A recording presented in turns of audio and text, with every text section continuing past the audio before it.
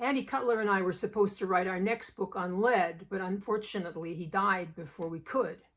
In the States, there's still a lot of lead kicking around in the environment. It was used for paint and in agriculture. Unlike mercury, people know about lead, but the fact that you can detox it is really poorly understood. It's sort of like if you got lead poisoning, too bad it lowered your IQ when you were a child, and too bad you wound up in jail because you can't control your temper. You're just going to have to deal with it.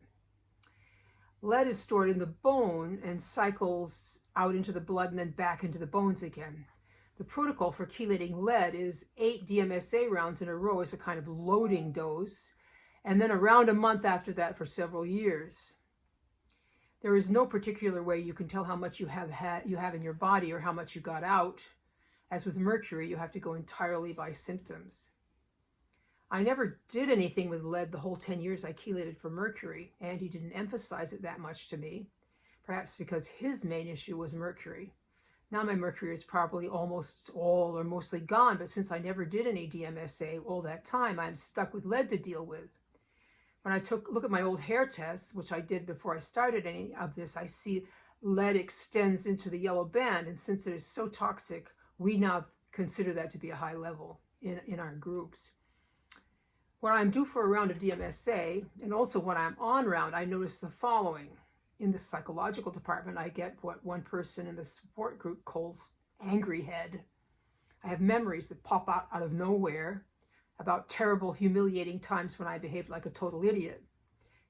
If it is not these unpleasant memories, then I will find myself thinking about current injustices and things that make me angry. In the physical department, my digestion slows down and gets clogged up and makes me feel awful. And I used to pride myself on being pain-free, and it is only since I started moving lead around that I'm getting odd aches and pains again. One time when I was due for a round, upon climbing into bed, I discovered that my knee, out of the blue, didn't work at all and was really painful. I postulate gout, as that is a big lead symptom. That's gone now, as though it never happened. This last round, I got a dull pain deep under a shoulder blade. Doing a DMSA round seems to reliably make these pains go away, and my mood also improves and my digestion gets better. This presumably until my blood fills up from my bones again and I am due for another round. In the book, we say once the loading dose part of the lead protocol is accomplished, to do around a month, but it appears that the preliminary stages of detoxing leads, you should do rounds more frequently, probably.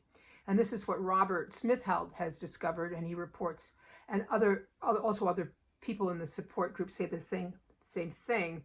And I think I have to do DMSA more frequently, more than every 4 weeks, possibly every two or three for the time being. So because of my experience with lead chelation, I've come to the conclusion that if you know you are mercury toxic but are not sure about the lead, do combo rounds of lipoic acid and DMSA anyway.